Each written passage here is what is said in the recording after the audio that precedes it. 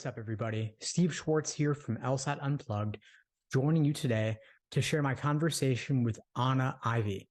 Anna is the former UChicago Law Dean of Admissions and the founder of Ivy Consulting, a law school admissions consulting firm. I hope you enjoy our conversation regarding the U.S. News Law School rankings this year. Before I get into it, a little bit about LSAT Unplugged. We offer live online classes via Zoom, on-demand video courses, small group coaching, and one-on-one coaching. Check out the links below this video to find out more and to book a call with me and my team. We'd love to help you out.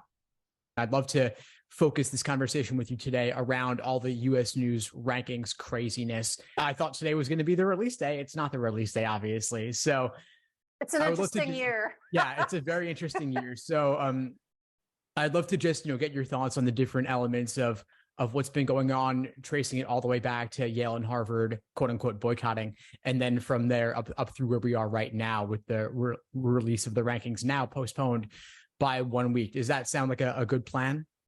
Absolutely. And, my philosophy is always that I try to teach people or help people think like admissions officers and understand it from that perspective. Because ultimately if you're an applicant, that is the perspective that ultimately matters, right? Mm-hmm. Is the people who are going to be making that decision. And so sort of understanding all of that and how that all fits together from the admissions side, I think might be one way for people to think about the rankings.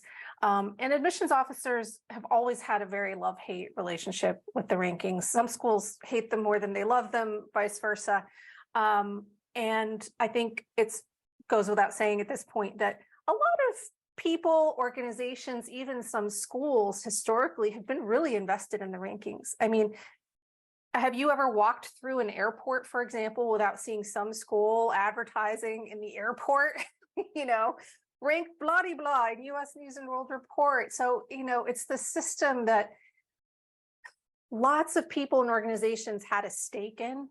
And so, I think if that was ever going to change, and if the methodology and the prominence of the rankings was ever going to change, I think, at least on the law school side, it had to come from Yale Law School, right? Which from the beginning of the law school rankings, I think has always sat at the top. So if they really had to be the first mover, and I give Dean Heather Gerken so much credit for that, because I think if Yale wasn't going to budge, then it would be that much harder for anyone else to budge. So hats off to them. One of the things that I've discovered with applicants is that they don't really necessarily know how that sausage gets made. They don't really look at the methodology. They don't really care. I think that's a pity, because applicants, in my opinion, over rely on the rankings. And if ultimately your priorities match up 100% with the priorities of Robert Morris at U.S. News and World Report, great, your work is done. Take that shortcut. But do you actually know, you, the applicant, do you actually know what goes into that methodology? And that's all up in the air right now, right? So I don't think that's been released yet with the new method. We know it's changing for this year in response to all the drama.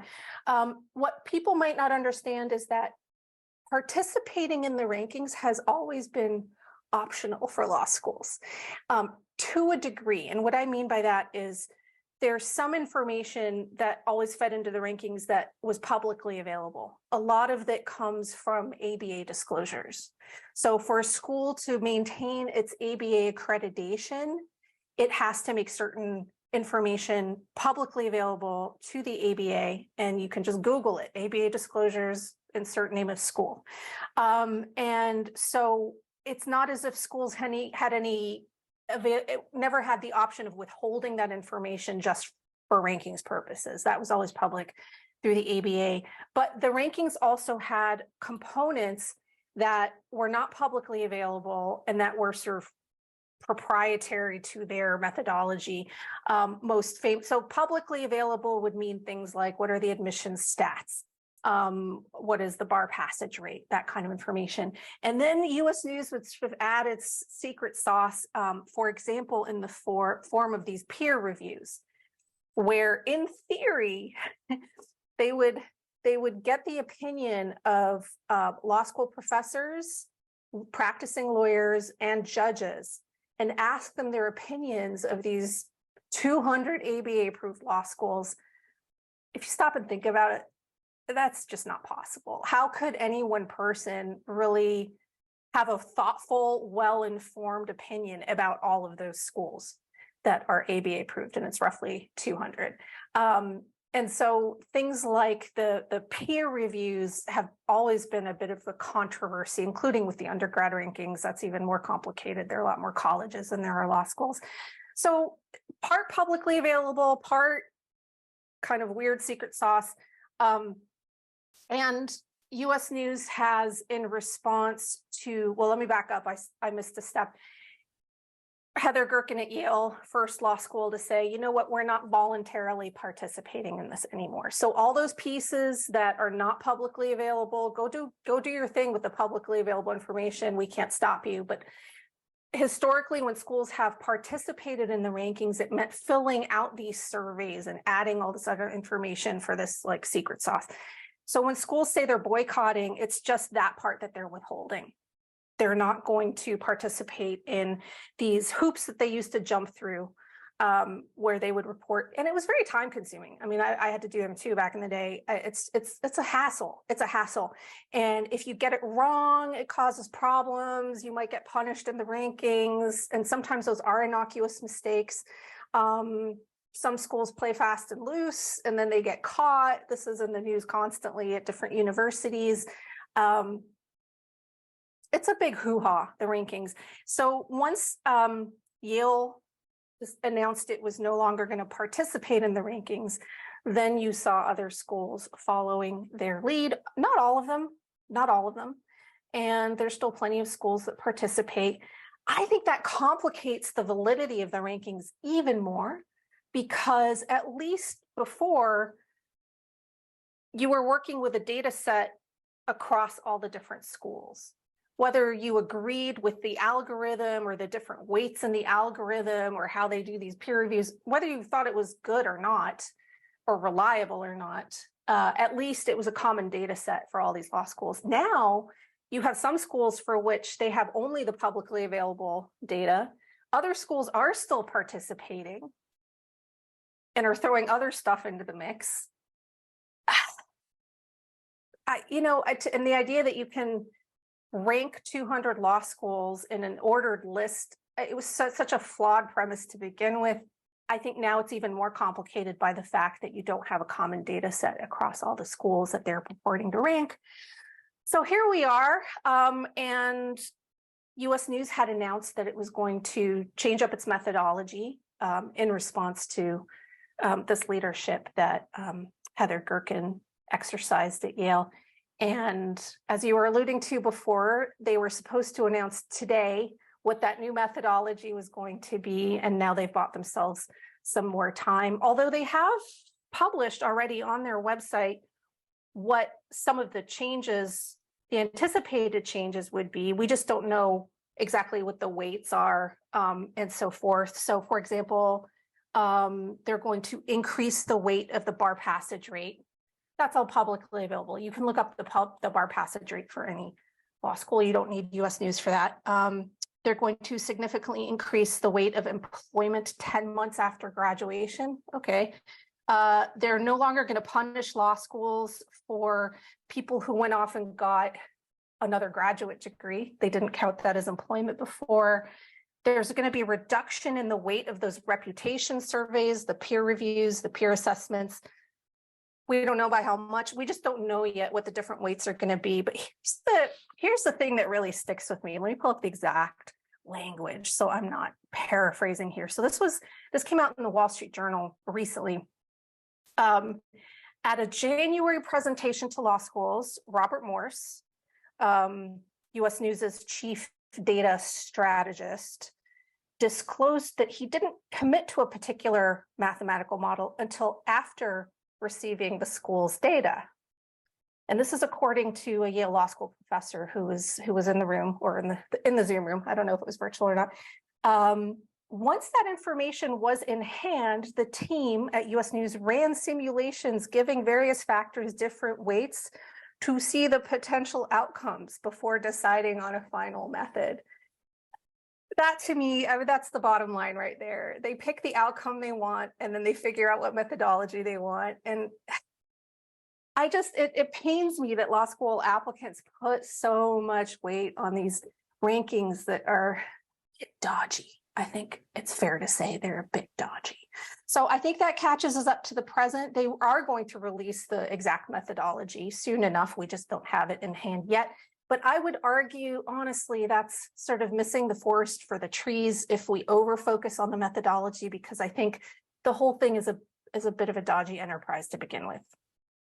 Well, thank you for the detailed rundown, Anna. I think you made so many spot on points. I also noticed that what you just quoted from Ian Ayres in the Wall Street Journal article. Yes, I'm sorry, I should have mentioned it by name. Yeah. No, of course. No, that was a great excerpt there that called out to me as well. I mean, just the idea that they can choose the methodology after seeing the results, and they can run 20 different simulations and see which one puts certain schools on top. I mean, one thought that occurred to me is that given how much they have adjusted the methodology this year relative to last year, as you said, increasing bar passage and employment, downplaying admissions stats a little bit, downplaying the reputation scores, if the rankings were to radically shift based on the different methodologies, that would then call into question how the rankings have been conducted for the past 30 plus years, however long it's been, right? And does that correlate in any real way with the caliber of these schools, or even the market value of these schools in the employment market in any real way? If a school goes up 6 points or even drops 20 points, does that reflect anything that happened from one year to the next in the real world? And I'm having trouble imagining that. No, it's certainly not. I mean, I could imagine, especially the reputation scores being so circular.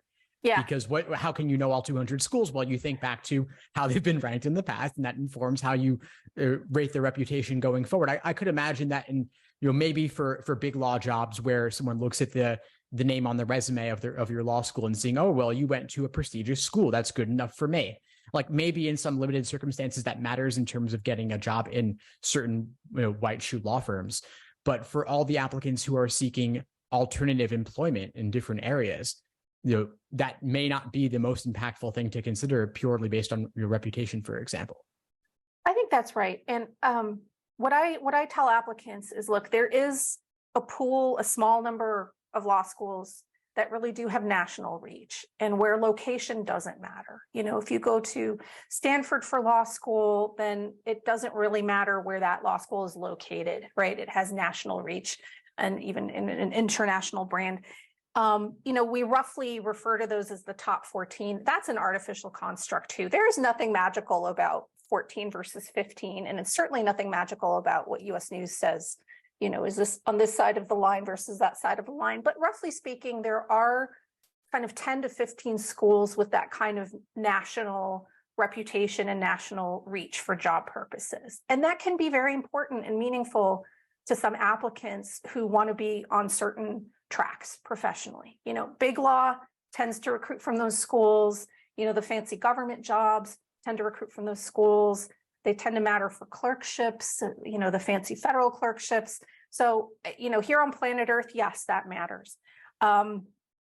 I would say where the rankings really fall apart. So I think the rankings are fine if you're trying to figure out, okay, what are those like roughly 10 to 15 schools where I have that kind of reach? Not that the rankings tell you that explicitly, but I think that's a fair indication of who those schools are.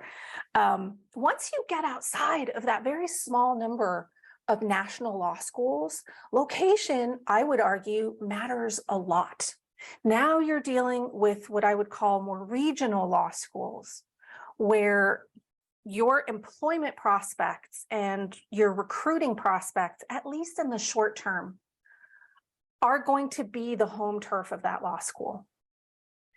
And so that's where conceptually the rankings for me become really useless, because you're treating all of these other 180 plus law schools in the country as somehow interchangeable, but for these rankings. But I think region should matter the most. And if you want to use the rankings then to compare schools within a certain region, that might be one way to do it. But I've seen applicants really make what I think are some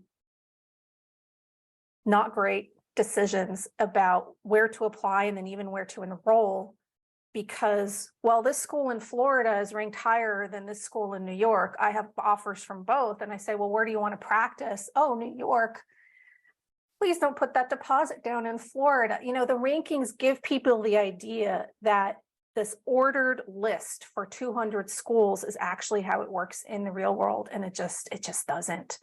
And I worry that really the rankings are most misleading. And one could even argue they prey on the people who are least informed about legal education and legal employment and legal careers, and that would be applicants.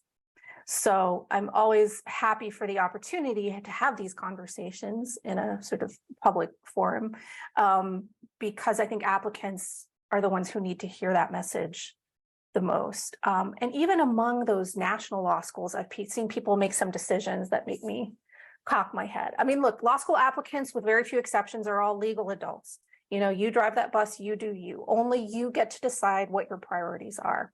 I respect that.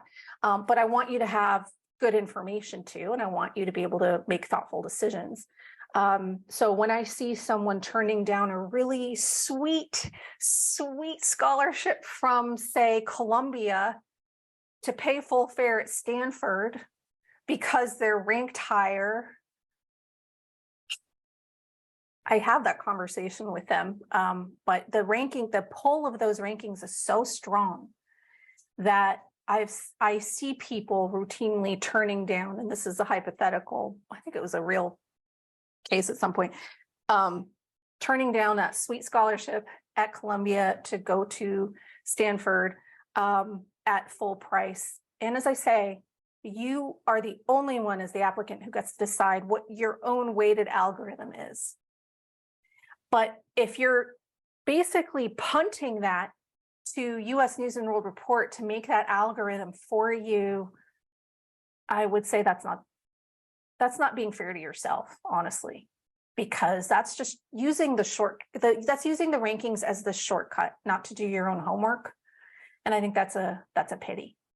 Agreed. No, it's not wise. It's not responsible. As you said, for an adult, you know, you can't outsource the decision making to an external third party. As you said, you know, Robert Morse making his decisions, which can fluctuate in the methodology from year to year. It's not based on what you personally want to do. So Stanford versus Columbia, you know, I was thinking of a similar sort of example as well, where the merit aid for a school ranked a few places lower, if you could get a full ride and save yourself $150,000 or more to go to Columbia for free versus Stanford at full fare, you know, it might not make one iota of difference whether you went to Stanford or Columbia in terms of getting a big law job if that's what you want. If that's what you want, you know, and that's where I think it really makes sense to dig in a little bit. And I'm thinking of a scenario, for example, where someone was really interested in becoming a prosecutor. Columbia is not shabby in any way for having produced alums who go off to do really great things as prosecutors. So it's as I say, the pull of the rankings is strong. And I think ultimately that is the appeal of the rankings. It just has this veneer of making it all easy, right? Like they've done the work for you. And so I just think it's important to keep reminding people, no, they actually haven't done that work for you. And this might actually have a real impact on your goals, your debt. You know, some people have a money tree in the back and they can shake it. And so the price is no issue. God bless. That's not true for most people, right?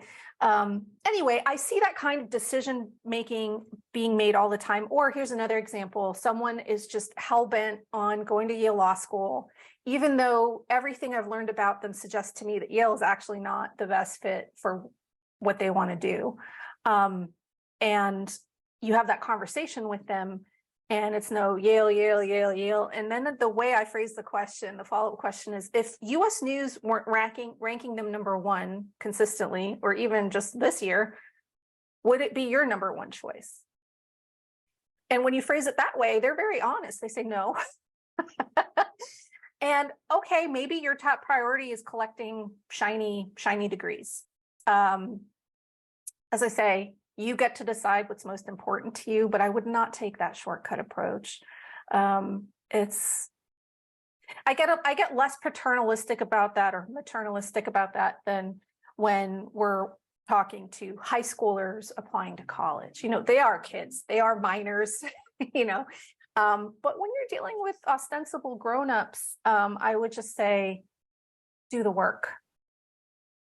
But there's also the question of, the factors that have gone into the U.S. News rankings in the past, and as being kind of ridiculous. The expenditures per student, the number of books in the library, the fact that they would include those factors for I don't know how long, and then suddenly they've removed those. But then what are they replacing them with? There's questions right now over the delay related to potentially them using faulty data, flawed data. They're not the most responsible clearinghouse in general, even if they did use the quote unquote correct factors. That's right. And it's not as if this is regulated in any way. And it's not as if this stuff is audited in some kind of meaningful way. These are not like SEC filings. There are no accountants here. This isn't even the Oscars where they have an accounting firm, checking the data. No such thing. And so when schools get busted for misrepresenting their data, intentionally or not, it's usually because, famously in the undergrad rankings, Columbia got busted by one of their own professors. I think it was a math professor who just ran some simulations and was like, this can't be right. But it's a very loosey-goosey system, right? I will say that schools don't help matters. And this is where I think schools can take a little bit of ownership too, which is that, okay, if you're not relying, here I am saying, oh, don't take these shortcuts, do the work. Well, how do you actually do that? Right. So most people would start at the law school website. Can we just state the obvious that these law school websites, university websites are terrible. They're terrible. And I know why that is from the admissions side. It's because when you're making the website and deciding what to put on there, you have to make about 600 different constituents happy. You have to do it for alums and the media and trustees and the dean of the school and maybe the provost and blah, blah, blah, blah, blah. And so it ends up being this dog's breakfast. And so what ends up happening too is if you look at any of the marketing materials from these law schools, they all look the same. They all look the same. They're all really committed to public interest. They're all super interdisciplinary. It's all the same wugga mugga. And so, I can understand why there's this temptation to be like, okay, I'm going to go to this third party source, and they just make it really easy for me, right? So I think schools could do a better job distinguishing themselves. And the irony is applicants are expected to distinguish themselves, right? Law schools do a terrible job taking that own medicine,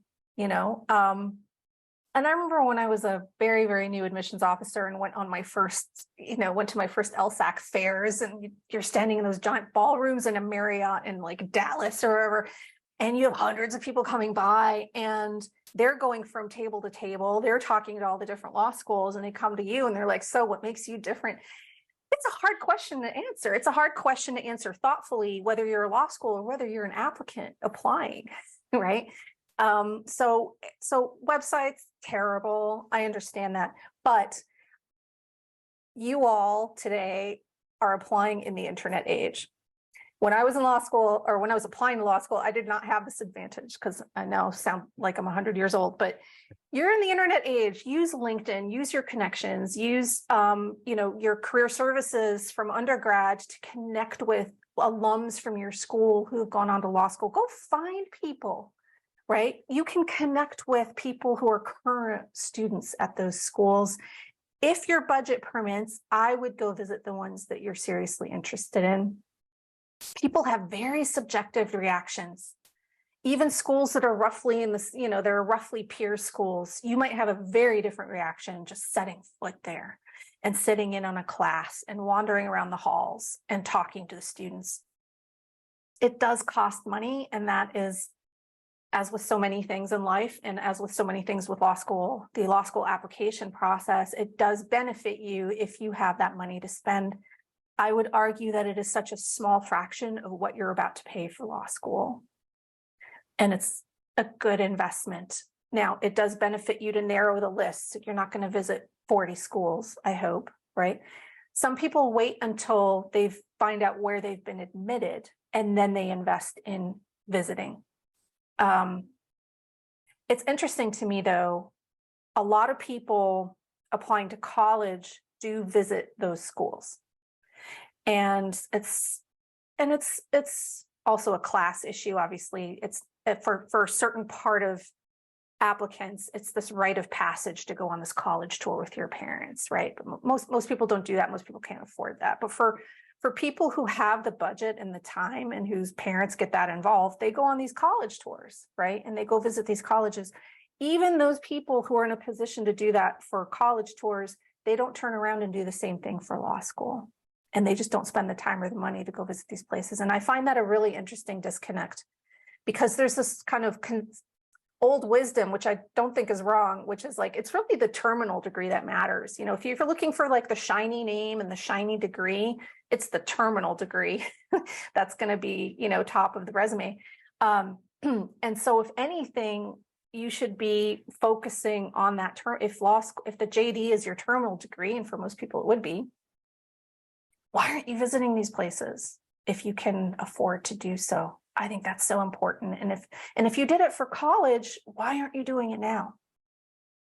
So if you can visit, do that. Obviously, visiting is a hassle. It's expensive. You have to book flights, blah, blah, blah.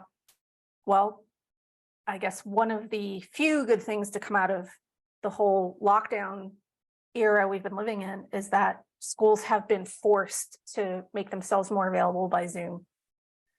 Obviously not the same thing as visiting a law school, but at a minimum, go do that. At a minimum, go do that. And at a minimum, go connect with current students, recent alums. We're in the internet age, go find them, you know how. But as I say, websites, kind of terrible. I get it. They're awful.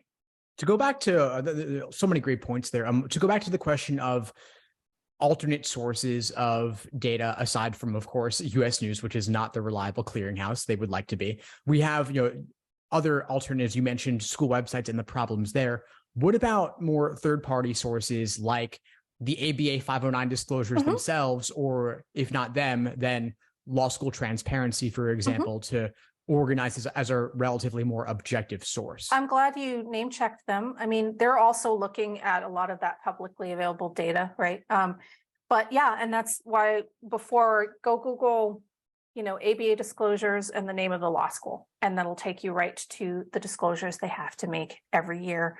Now, as with any kind of disclosures, and this is true whether it's a law school or, a publicly traded company, any disclosures that you're making are information from the past, and they don't necessarily predict the future. But I will say this, when there are changes that happen for law schools, whether it's admissions statistics, for example, bar passage rates, employment data, those don't change dramatically overnight. Those are slow moving, tankers, basically. So I think the public disclosures are reasonably reliable as far as what is likely to be the case in the coming season. Does it have every piece of information you could possibly want? No, wish it did. I like also using the, at least for admissions purposes, trying to figure out what schools should be on your list in terms of the admissions side. I would say use the LSAC calculator where you plug in the GPA in your LSAT, and it runs both of those numbers, which I think is important because they do get considered together, not in isolation. And LSAC will run those two data points for you and compare it to the admissions results from the previous cycle. Also not a perfect tool for a number of reasons, not least those numbers matter a lot, but the search results aren't going to tell you, did this person apply binding early decision or not? What were that person's soft factors? Did they have some kind of VIP connection? Did they have some kind of other soft factor that, made them very attractive? No idea. All they're looking at is those 2 data points, but they are very important and they are reasonably predictive. And when you see the search results for any combination of LSAT and GPA, you can really see the search results moving in lockstep as those numbers go up.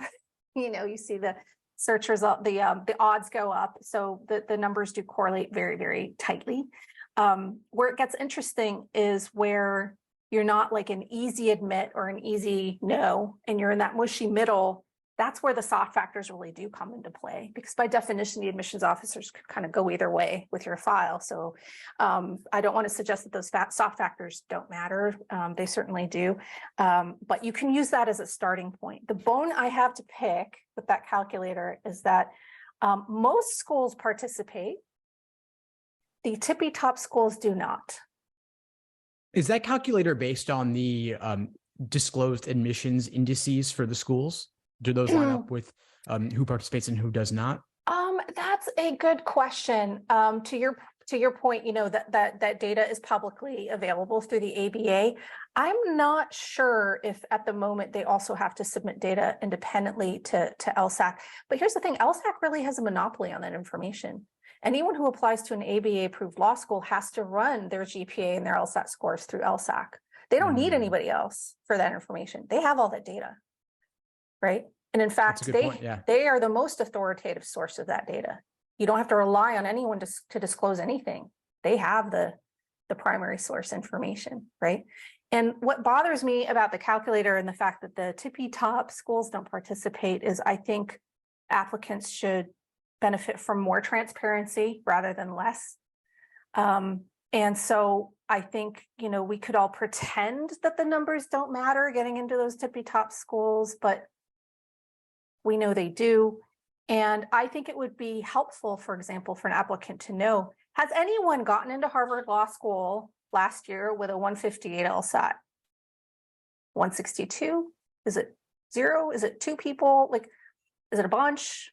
I mean, I have a reasonable guess at the answer, but I think if schools don't like what the search results would say, that's on them. That's about their admissions practices if they don't like that, right? If they don't like the optics of it. But to pretend that those things don't actually matter is, I think, misleading.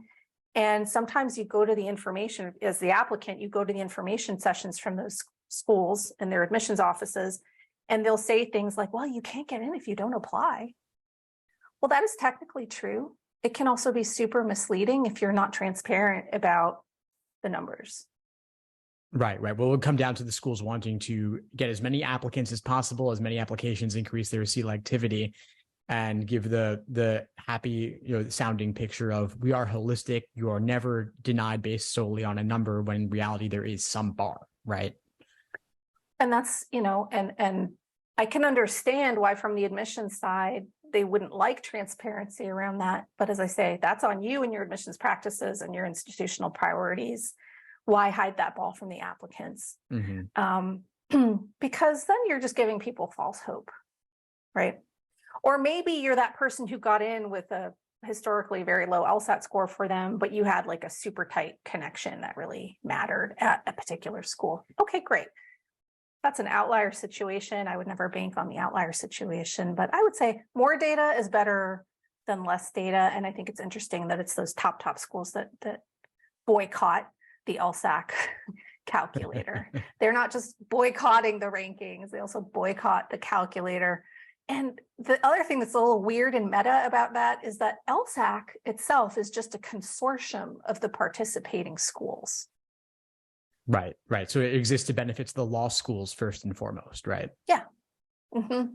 Yeah. So always keep that in mind. Ultimately, their constituents are the law schools, not the applicants, which is why they also do certain things. This is veering a little bit off topic, but I think about it a lot, which is because and this is changing a little bit now that some schools are accepting the GRE, but in a world where mostly it's still dominated by LSAT, it's interesting to me that LSAC will make visible to the law schools whether you have so much as registered for an LSAT. And I call BS on that. I think that's not defensible. Imagine if on the undergrad side, the Common App were the same as the College Board. I don't think law schools have any right to know whether you've registered for a test. That's none of their business. And you might register for a test for all kinds of reasons. Why that matters is because some schools will look at that information and say, oh, even though you already have a score and you submitted an application, we're going to put a hold on your application until we see that new score. You might not even take that test again. All you've done is register, right? But it causes all kinds of chaos when they then put a hold on your application. In my opinion, law schools shouldn't even have visibility into that. And they only do because LSAC is both the application platform and also administers the test. I'm amazed that the Department of Justice or the FTC has not gone sniffing around that for antitrust reasons. It's probably a low priority. Anyway, veering off topic, but it is all kind of all connected because I think having the information is important. But there are all these little sort of things to keep in mind about whom they are actually serving. So in LSAC's case, they're serving the schools, less so you. Fine, that's just how it works, but understand who their actual customers are. They make a lot of money off you, obviously, and they make a lot of money selling your data. That's true for any big testing company, right? Is the big revenue driver is selling your data. That's just the reality, but they're also making money off of the tests you take. So they're making money off of you, but ultimately their customers are the schools and not you.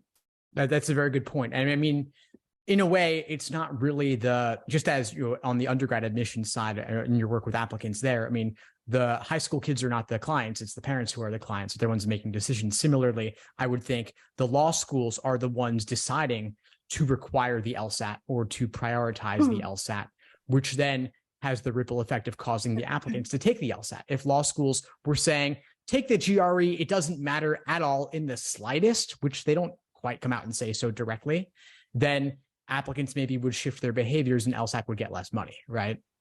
Well, it's been interesting to see the undergrad landscape move so heavily over to test optional.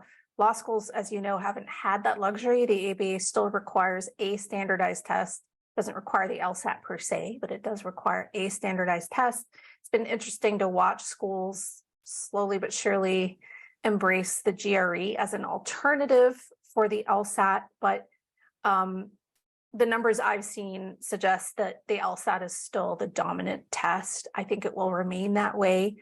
And just from our consulting practice, and this is anecdotal, of course, this is not a huge sample size, let alone a complete one, but what we've seen is I do believe that people applying just with a GRE score are held to a higher standard than people applying with an LSAT score. I would not treat them as just interchangeable in the process. And I'd love to see a bit more transparency from the schools around that too. Yeah, I had one conversation with Rob Schwartz at UCLA who said that they accepted fewer than 5% of the applicants they accepted had a GRE score. It was really indicating the LSAT. And this was already a couple of years ago. Maybe it's shifted, but I wouldn't think it's shifted very much. Might not be causation, right? I mean, it might be that those tend to be weaker applicants True. in other areas. We don't know. But as I say, I think more data helps applicants make smart decisions. A lot of times, look, if the ABA didn't require this data, I don't know that schools would offer it up voluntarily. On the college side, on the undergrad side, a lot of the really interesting data you have to pry out of their cold hands in the form of lawsuits. All this really interesting data we have about UNC and Harvard and their admissions processes, which a lot of people in higher ed already knew anecdotally or from experience, but it was, in terms of the actual cold hard data, that only comes out when they get sued and they're forced to disclose it as part of the discovery process, right? And some of that's under FOIA as well, right, for Stanford? Or Berkeley, I mean, look, lots of schools under FOIA mandates over the years. Anytime a law school gets sued, they're going to be FOIA requests, and they're also going to be, as part of whatever the settlements are, they're also required to keep documentation, and you don't get to sweep stuff under the carpet once that all kicks in. But just to be clear, it's not the case that schools necessarily would disclose any of this stuff voluntarily. And when they can opt out, as we've seen some of them do. Yeah. Wow. Well, this has been a riveting conversation. We've covered so much ground here, Anna. Thank you for bringing your It's been so interesting. I'm so glad that they have your expertise to guide them through the LSAT. That's not something I ever get too involved in. I'm certainly not an LSAT expert. So I'm glad they have all the resources that you make available to help them with that, because it does matter a lot. And so I like to tell people that, if you really want to be in the running with the soft factors, you really should clear that hurdle first. It is very important. Of course. But as you said, also, there's those edge cases where it's a little bit fuzzy what the outcome could be. And then those cases, the soft factors matter a great deal. And that's where you come in. Yeah, well, by definition, a selective law school means that, they're turning away more people than they accept. And so they have the luxury of being picky. That's just supply and demand, right? And in a world where they can afford to be picky, yeah, they really drill down into all those details. Good luck to all your students. I think it's going to be a really interesting year. I hope people don't get too caught up in whatever the rankings turn out to be this year, next year, the year after that, especially with the methodology changing. I think that's just sort of exposing kind of the lightness of how much you should rely on these things to begin with. So, but that doesn't change anything, frankly, in your world. Doesn't change much in mine or in the world of the applicants, which is ultimately whom we're all trying to serve. I think the really, really interesting conversation will happen if the ABA does lift the standardized testing rules. So I don't know. Anything could happen. It's always fun to talk to you. I was worried I wouldn't have enough to say about the rankings because I think they're so silly, but it turns out, no, we always have something to say. You're fun to talk to. You too know, in fact, I think because the rankings are so silly, just pointing out the various ways in which they're flawed gives plenty of fodder here. But as you said, this news is also, in a way, much ado about nothing, because the rankings shouldn't matter a whole lot to applicants, whether it's the old methodology or the new methodology, whatever the reasons may be for the changes. I mean, look, this is absolute catnip for the media. Yeah, true. Okay, fine, but try to separate that from what actually is important in the process and in your career and your education. Certainly. Well, Anna, again, thank you again for the great conversation. You're, again, the founder of Ivy Consulting, and I assume folks can reach out to you with questions or looking for support with their applications, right? Yeah, just come to our website, AnnaIvey.com, ANNAIVEY.com. Don't forget the E. It's actually my last name. Amazing. Thank you. Well, thank you again, Anna. Thanks for the great conversation. We'll be in touch. Likewise. I hope you enjoyed our conversation. If you are still looking for help with your LSAT prep, please feel free to reach out. At LSAT Unplugged, we offer live online classes via Zoom, on-demand video courses, small group coaching, and one-on-one coaching. Check out the links below this video to find out more and to book a call with me and my team. We'd love to help you out. And if you are aiming for a score of 170 or above on the LSAT this fall, I'd especially love to hear from you. I'm looking for a couple of students who are dedicated to getting the highest possible LSAT score and meet the following criteria. First off, I'm looking for you to have scored a 160 or above on at least one timed practice test. I'm looking for you to have studied for at least 3 months and that you've built a strong foundation in the basics of the LSAT, the different sections, and the different question types. If you meet these criteria, I would personally love to speak with you. Please check out the links below to book a call with me and my team. We'd love to help you out. Please like the video, leave a comment, and subscribe to the channel if you haven't done so already. It really helps with that YouTube algorithm, and I really do appreciate it. In the meantime, I wish you all the best and take care. Thanks for tuning into the show. Please subscribe if you haven't done so already to be notified of new episodes as I release them, and feel free to reach out if you need anything at all as you move forward with your prep. I'm happy to help however I can. In the meantime, I'll wish you all the best and take care.